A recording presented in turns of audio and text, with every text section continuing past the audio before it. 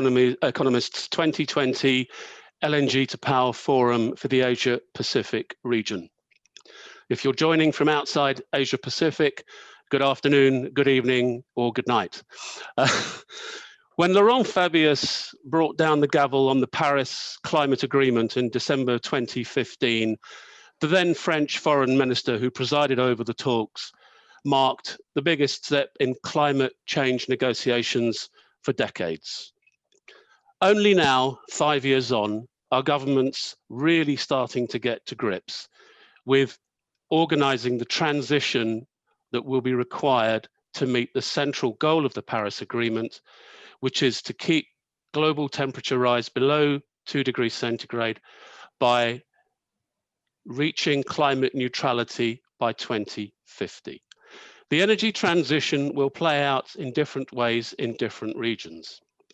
In Europe, the push is towards decarbonisation of even the gas industry with hydrogen and biomethane.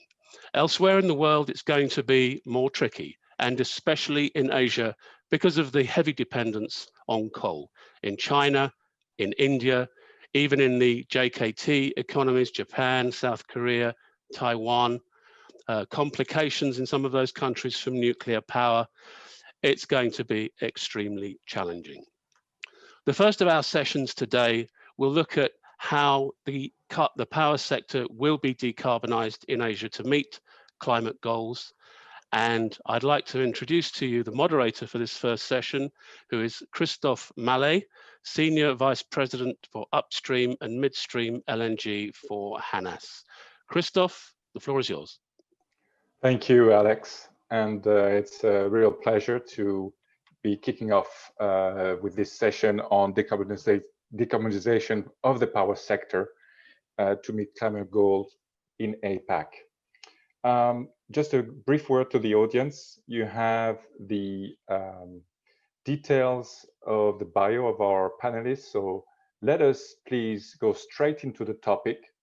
I'm going to ask each of the panelists to briefly share their perspective on the topic and maybe set the scene of what we're going to explore a little bit further during the discussion.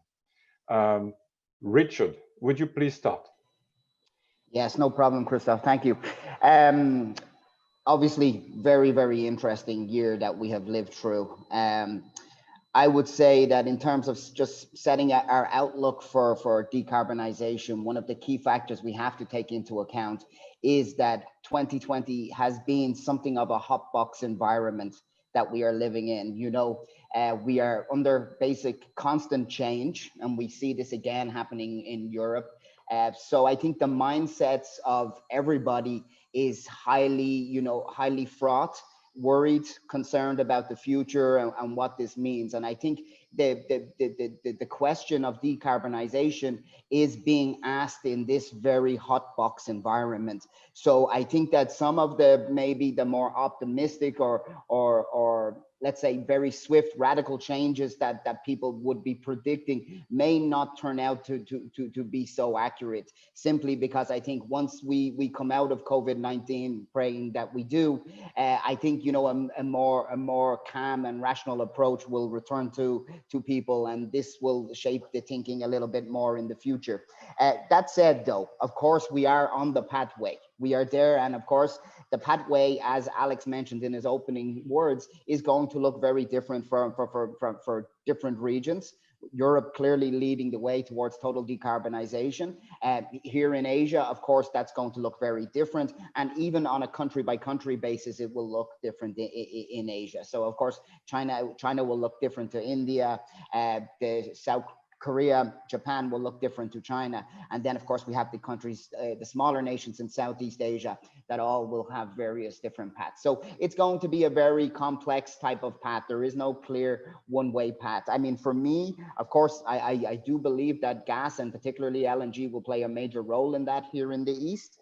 But also I think one of the major components to decarbonization will be CCS technology and its development. So in that regard, I see carbon capture playing a key role, and that will to an extent allow the LNG to continue to be used as a fuel. And I think that's also, I would say, you know, that is also positive for the petroleum industry, particularly the upstream industry, because I think a lot of the skills and services need to do carbon capture and storage is coming from that sector. So there is a role, a key essential role to be played from that sector. And then my final message will be that carbon will ultimately have to have a cost. And this will be how we balance the carbon, the carbon emissions over time. We will see some areas that will continue to pollute.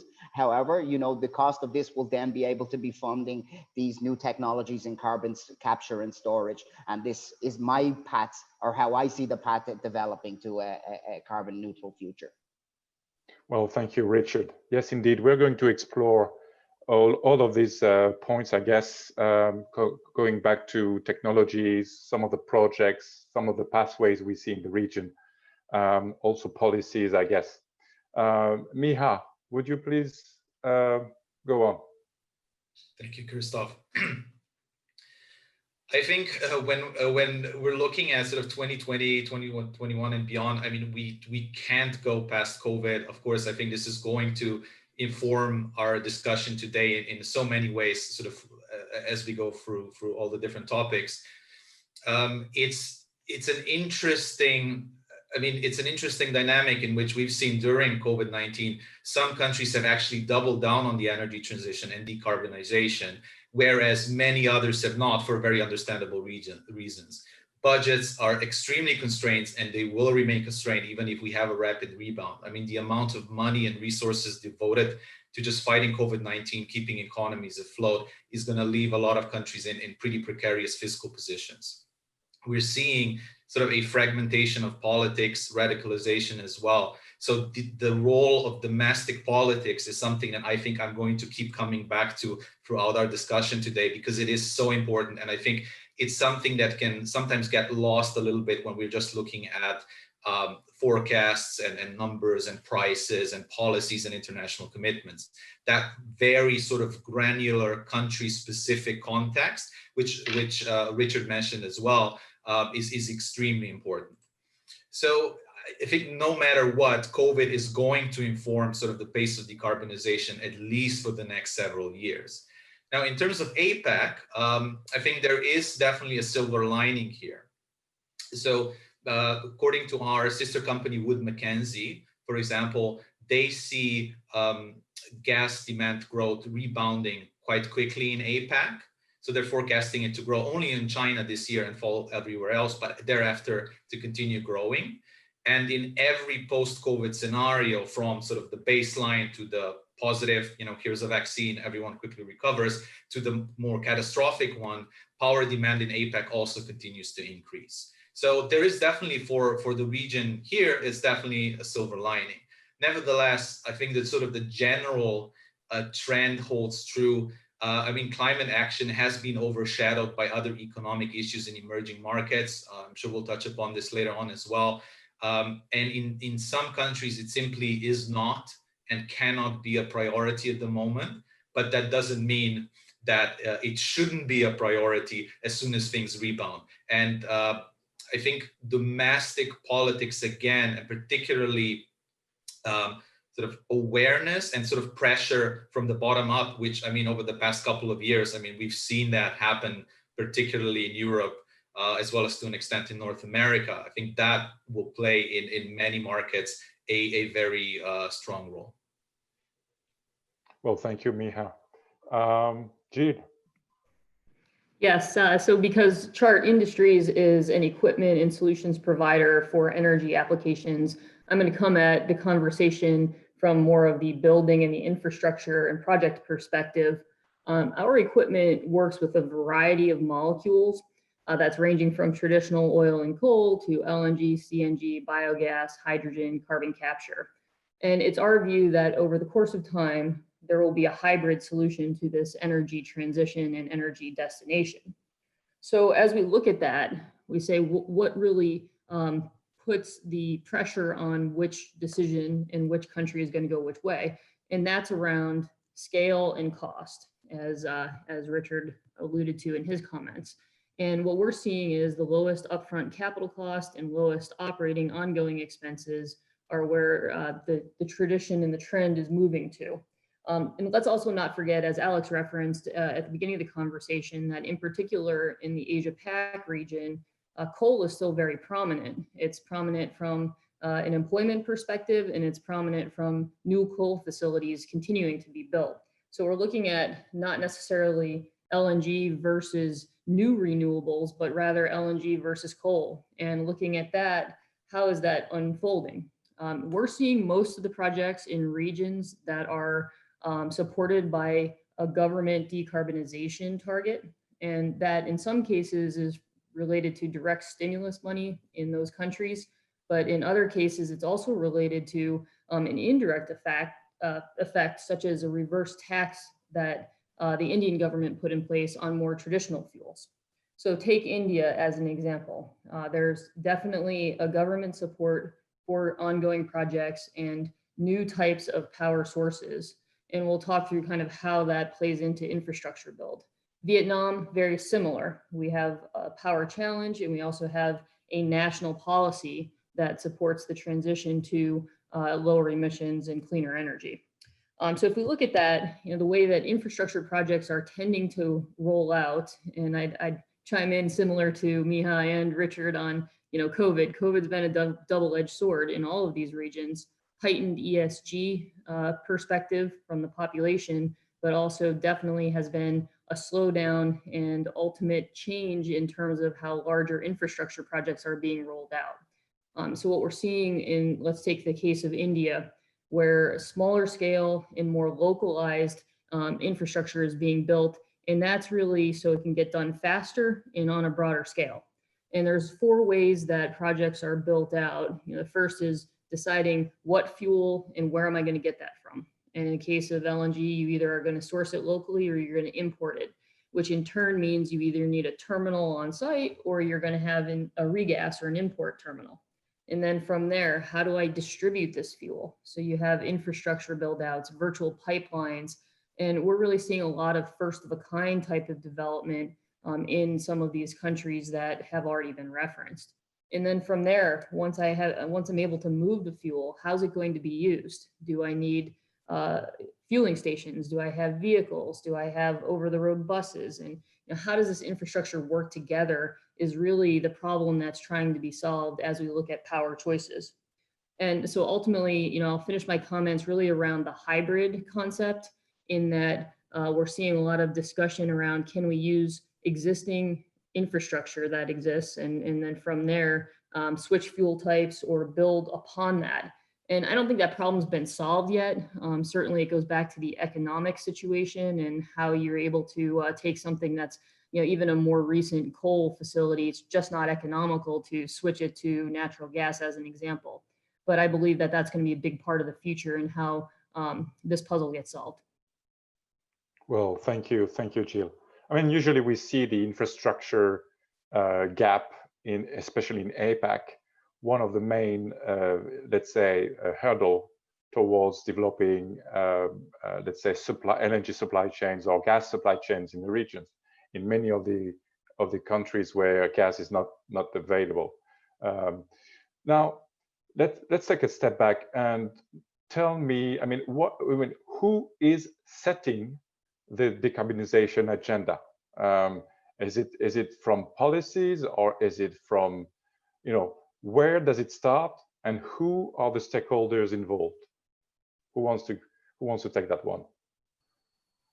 I mean, I'm happy to jump in. I mean, I feel that this year we have started to see the drivers of decarbonization kind of move into a gray area, because I think up until the impact of COVID-19, maybe some the surge in the environmental movement in 2019, I think it was very much polarized, the decarbonization agenda. You had on one side, you had, the carbonistas, who were basically looking to, saying that global warming is not a problem, and that, ultimately industry will find a solution for it. While on the other side, you had environmentalists who were really pushing for, radical changes that may not be from an economic basis very, very sensible. In the middle, you had a lot of people who probably didn't know. They probably didn't like the idea of global warming, but at the same time, they didn't like the idea of, you know, substantial slowdown in the global economy, unemployment, or these things that they are being told. This year, over the last 2 years, I would say that this has become much more of a gray area, and that the wider population, I would say, and that then basically manifesting itself in terms of wider shareholder sentiment, is moving towards this view that global warming is very dangerous, and it is a threat that is not so far away. It is a threat that we have to deal with today, and I think that's why you see substantial pressure on energy companies, particularly privately held energy companies, to make changes. And, you know, I think even the shareholders are wise to, you know, essentially oil or gas companies greenwashing the issue, you know, just simply saying, I'm going to change my name, and my name now says I'm not a petroleum company, I'm something else, and this makes me, you know, carbon neutral. This it worked for 10 years, but, you know, from now on, I don't believe that's going to work. So you're going to have to take much more substantial changes, and obviously that will change your investment, what you're allowed to invest in and what you're not allowed to invest in. But I'm sure Miha also has a lot of views on this, because I know he looks at this type of political issues that in quite some detail. Yeah, thank you, Richard. From our perspective, I mean, we're a company, a company that focuses on above ground risk. So we particularly look at the impact of government policy, political risk, and so on. And obviously, when we if I get the question of who's setting the decarbonization agenda, I would say it depends a little bit on the context and on the particular country. But overall, it could be almost anyone. Right? It could be the government. I mean, China is a really good example here with its recent pledge to be carbon neutral by 2060. It could be the population, climate activists, and that then exerts pressure on stakeholders, so shareholders, who then exert pressure on companies. I mean, a really good example for to list here is, for example, South Korea, where a climate activist was actually voted into the current parliament, and is sort of one of the driving forces behind South Korea's Green New Deal, right? So it's a very complex, I guess, interplay of different factors. So yeah, if we were to summarize, it would be, depending on the context, anyone can set the decarbonization agenda. And I would probably piggyback that comment a little differently. You know, sitting in the industry chair here, there's a lot of those factors that go into play, but there's also a foundation of competitiveness and what I would deem as simply as peer pressure. So to Miha and Richard's point, where you have shareholders, investors, you have all these different facets moving at you, but, you know, fundamentally, I'm going to lose if I stay as an oil field service provider. And there's a lot of people around that are moving that direction. So there's a lot of private industry dollars being invested in figuring out how to play in this transition. So I think that it's different this time, and different than even, you know, the big LNG cycle was 5 years ago, where you're looking at more of a mass and more of very common household names that are looking to play in this. Thank you. Quick word to the audience as we are reaching almost half of the session. I mean, if there are any questions, please, you can share them. You can post them on the chat. I'll try to incorporate them as we move forward. Next, can we maybe consider, let's jump into solutions, and then we maybe come back on other topics, because you guys mentioned a bit earlier the different pathways that we see happening in APAC in particular. Can we elaborate on those pathways and on the solutions for decarbonization, and especially in the power sector? Who wants to take that one?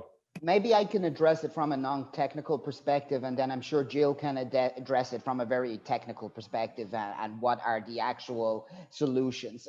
But the way I would be looking at the market is, what is the incentive to go to a solution? And the incentive has to come from the costs, right? So there are a couple of ways of getting there. Either you can drive down costs so far that they become competitive with fossil fuels in those markets that are reluctant to switch to lower carbon fuels. So that is one way you can do it. To do that is very difficult because it of course means that you have to put immense pressure on the producers, and particularly in the area of natural gas. We have seen that pressure in 2020 from COVID, particularly in the first half of the year. So we can see it, but that's pretty detrimental to the longer term viability of those companies. You know, so if you're telling gas companies in the United States that they have to continue to produce natural gas at Henry Hub, $1.70, or in the country at even lower, this is not going to be a sustainable business model. So in that regards, I believe yes, LNG costs are probably going. The producers will drive down costs. A competition in the market will allow costs to be lower, but ultimately those very cheap polluting fuels will have to be taxed, as I said in my opening speech. So in that theory, governments will have to assign a tax to those highly polluting fuels, which allows the less carbon rich fuels to basically compete with them on that level. So that would be my perspective, just from the motivation towards what is the solution. Now, I'm sure the guys, Jill in particular, probably has a very specifics on what the technological solution will be if the price allows it to be. Just before we move on, Richard, do you see different tools used by different countries in APAC already? Yes, I mean, clearly it will most likely it will be, and again, maybe Miha has some insight on this. Obviously the European model is very straightforward because you have a union of 30 plus states, and you can basically have a unified law that is very easy to implement across borders. Of course, in APAC that may be more difficult. So I think it would you may see these more on a national level rather than on a cross-border level. That would be my opinion on that. And Miha, would you elaborate on that one? I would agree with that. I mean, APAC, when we sort of look at our data, we put together a carbon policy index. So this is effectively an index that quantifies both sort of the gap of how far countries are from meeting their 2030 targets, as well as the policies, and very importantly, the intent and capability of governments to actually meet those targets. And if we look in the global context, APAC is actually the second worst performing region, just behind Africa. Probably not a surprise that Europe's at the top. But within APAC, there is a massive diversity of where certain countries are. And I think this speaks towards the sort of very kind of country level progress, right? We have some of the kind of global front runners. We have, places like New Zealand, for example. On the far opposite end of the spectrum, we would have, for example, Myanmar, where sort of awareness and sort of policy action is really in its infancy. And then we sort of have China, South Korea, Japan, sort of somewhere in between those two extremes, right? So I think that is a very crucial point. So again, we shouldn't forget about the country-specific context, because countries. So again, kind of coming back to the question of what is the solution? Well, the solution in some cases is going to be government policy. This is our target. We are going to meet it.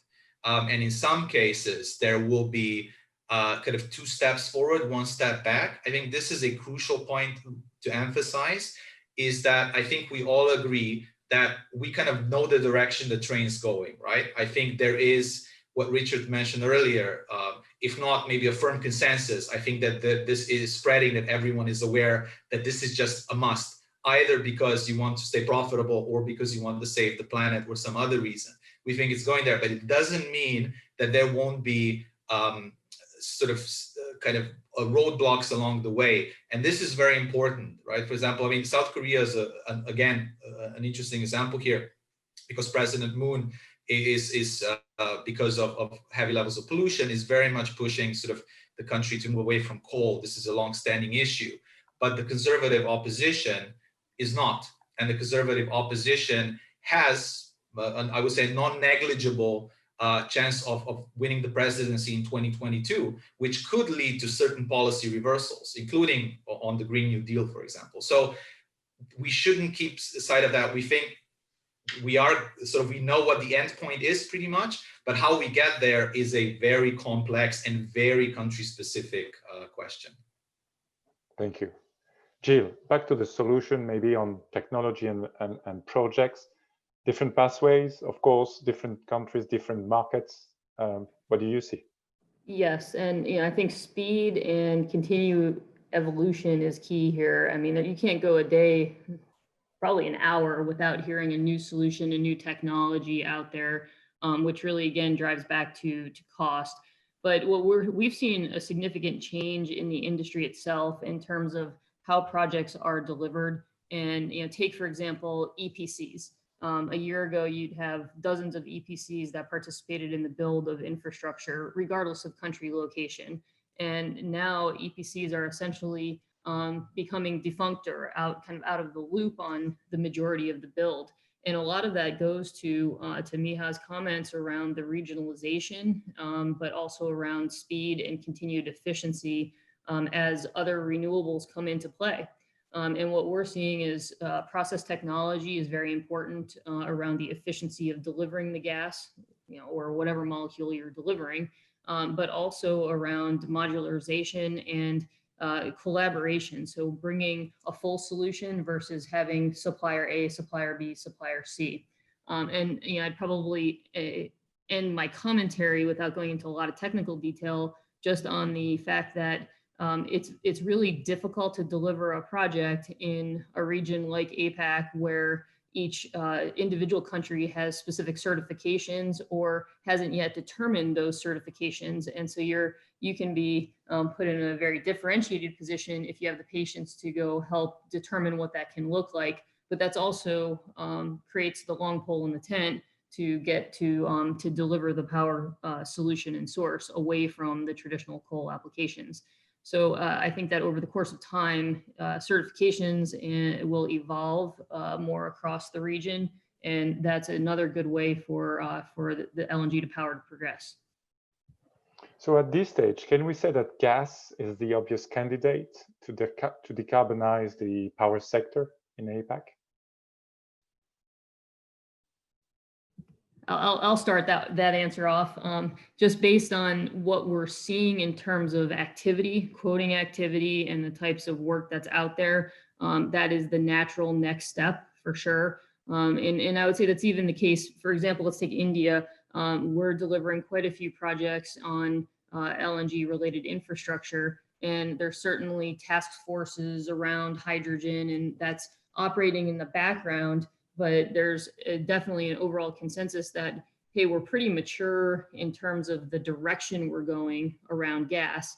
And so let's get that complete first, and we'll figure out how some of these other opportunities exist going forward. And that's really more of a 10, 20, 30 year type of opportunity. And I think it goes back to the utilization of existing infrastructure as well. And that problem hasn't yet been solved, but that's going to be a key part of how all these play together. But the next step that we're seeing is certainly gas. I would back that up, and from an analytical point and looking at the markets and how we see, various projects across APAC going, and even on a global level, I'd say that we are entering the golden era of LNG, essentially, that will last probably from next year until somewhere into the middle of the next decade. And this will be simply because LNG is really the only bridging tool available in that period. So, before hydrogen comes into the market, maybe as Jill said, more 2040, 2050 period, LNG is going to play a very, very key role in that. How key, of course, will depend on some critical government decisions. Like Miha said, in South Korea, this may be simply due to politics, and it could change in 2022. In China, of course, we have, every few years, we have the 5-year plan. We don't know what's coming in China's next 5-year plan, but they have already had a massive change from using oil in bunkers, as a bunker fuel to gas, which has massively increased China's gas demand. So a similar change on the power sector could very, very quickly change China into an even bigger consumer of gas. Of course, one of the concerns for the Chinese government would be more the supply of gas and making sure that they are not overly dependent on any one country, particularly the United States in that context, because obviously the US has a lot of surplus gas at this point in time. So I think, for us, it's very straightforward that gas is going to do very well in this next 15-year period. After that, I think gas will still do very well in the APAC region, but will suffer in other markets, particularly in Europe already by the end of this decade, and in the United States probably in the middle of the next decade. But for APAC, the outlook's very bright, I would say, for LNG. I agree completely. I don't have much to add to this, except maybe just to highlight a forecast by our sister company Wood Mackenzie as well, which I found really interesting in this case. So when we talk about gas as a transition fuel, I completely agree for the APAC outlook. We definitely shouldn't sign it all as sort of kind of dismiss it more generally for the foreseeable future. So according to this forecast, renewables will only make up about 8.5% of total energy by 2040, up from 2.7% today, which I think is a very telling number. So if we look at renewables as a solution, I think that forecast to me signs that we're still very far away from that. But who's looking at all the various goals and set by policies or else, and who's taking a view on how realistic those goals are?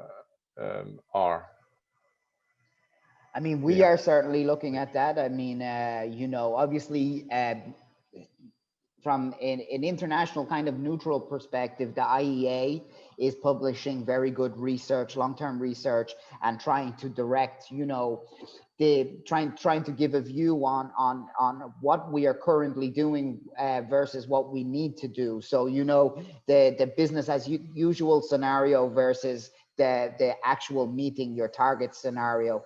And I mean, clearly they are very critical in their analysis that governments are not doing enough on the policy front in order to meet those targets. So that's simply, through an audit of current policy versus, what the impact of that policy is, and then the result, and saying, look, your policies are not matching, right? You say you have an agreement to do one thing, but you don't have the roadmap to do it. So of course, that forecast in itself is a tool to guide the government policy for change. So it's not that the government policy is set in stone, and some governments will change and adapt to meet it. So I think, that is something we are looking at closely. Of course, we have our own view on it. So we understand that this is the way the IEA is working. Other organizations, BP has a very good research organization that came out with various scenarios for how we can meet these targets. And I would see, they are also doing various scenarios, business as usual, full decarbonization, moderate change. And I mean, I think there is a general consensus on how these things will go. I mean, if we look, in the short term, if governments don't make changes to policies, clearly we would not reach those targets. But it would be my view that the growing consensus, going back to, what the very first question, who is controlling the agenda, as more stakeholders have a say in the agenda, that obviously shapes government policy, and ultimately we get there, So, but I would say that right now, just as I know, government policy, if it was followed strictly as it currently is, would not be enough to get us to where we want to be.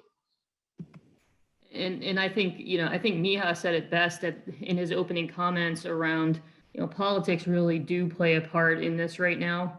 And I would have been the least equipped to answer this question because we just want to sell equipment. So, if you want to create a policy that drives an equipment sale for us, go for it.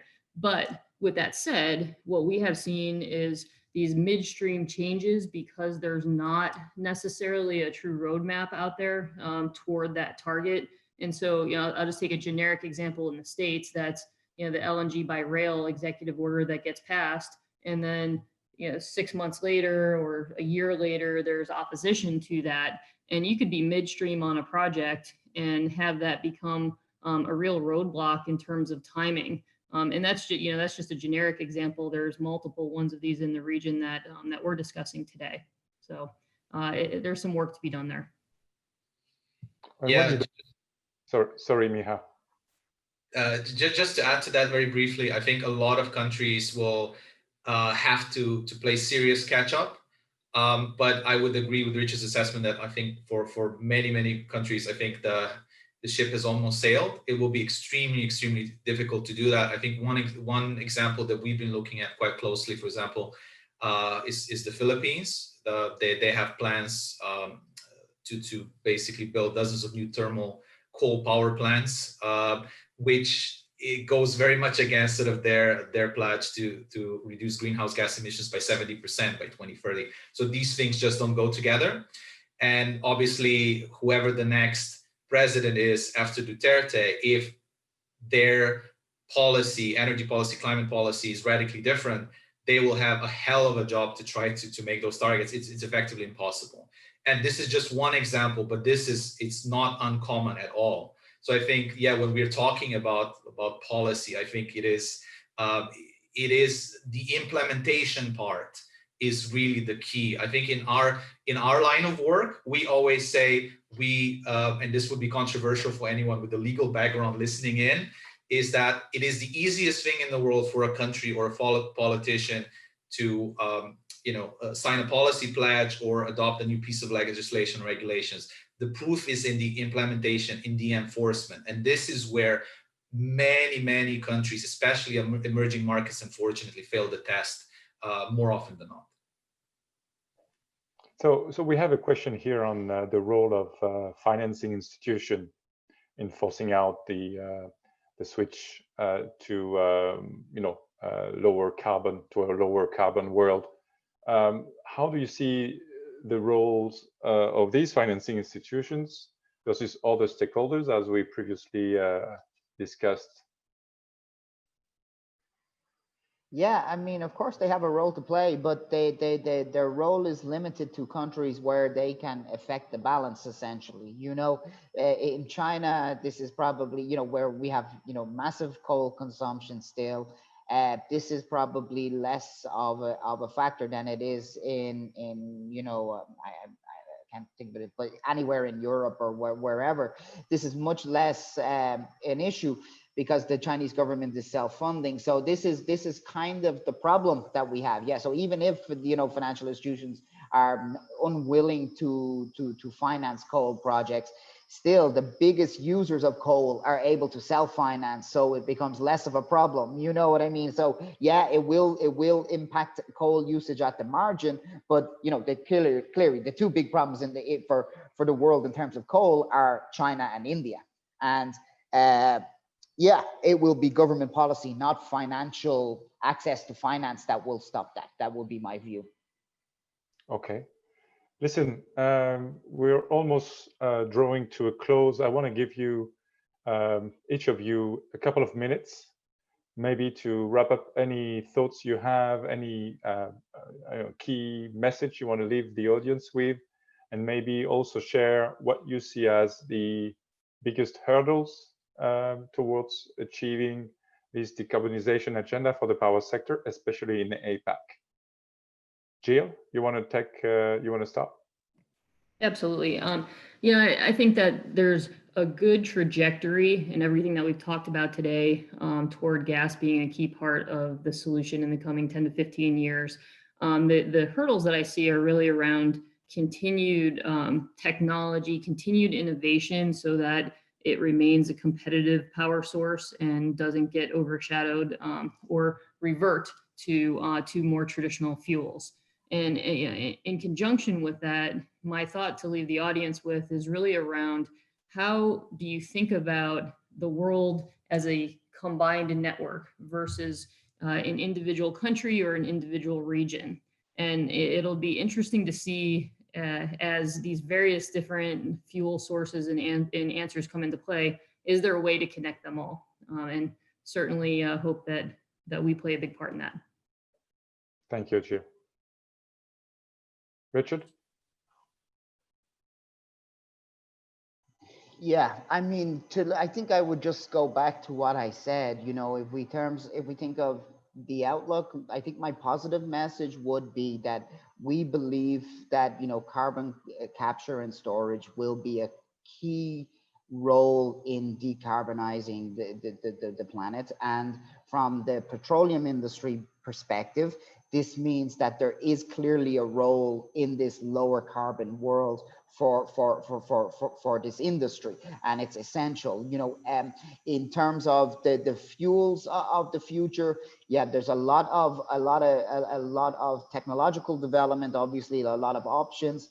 However, we would still see LNG as being a major driver and fuel of the global economy in the next 15 years. In particular, it's going to be very good. But even beyond that, there will be clearly still a role for gas and LNG. So I think there are positives to be taken from that. I think the biggest roadblock to decarbonization will be government, you know, differing government policy on the issue. Obviously, if we acted as one hive mind, maybe these things would be easier to achieve, but we don't. So we will have to take into account that different strategies will ultimately, you know, yield different results. But overall, I think I'm relatively optimistic on the whole issue. Thank you, Richard. Miha. Similarly, I would say overall, I am optimistic. As I mentioned earlier, I think we all agree, and I think we all know that we are headed in the right direction. But I would sort of caution, yeah, that this is very much a long-term game, and there will be short-term setbacks. Some very much expected on the policy technological side, some unexpected, like a global pandemic. And so we shouldn't forget, as even if we look at these long-term pledges, of course, we'll have short-term kind of hiccups on the road. For example, one thing I didn't mention earlier, sort of we ran a forecast, sort of looking ahead at China's 14 five-year plan, for example, next year.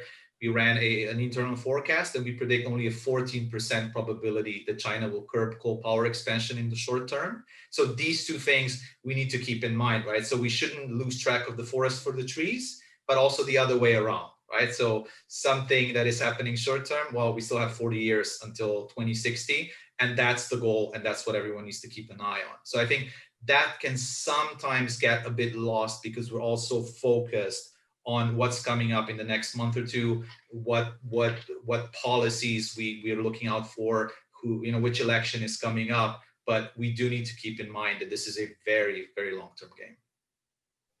Well, thank you very much, and thank you to each of you. Of course, I would want to ask the audience to join us to close on that session. It's pretty amazing that we can, I mean, that you guys decide to close your round table with a fairly optimistic note for something which can be debated. I mean, are we going to ever achieve any of these goals? That is for the industry and for each of the stakeholders to, of course, contribute, and we will see this, and we will see how we move these forwards. I mean, the progress in the future. Thank you very much, Richard, Miha, and Jill for joining us for this first session.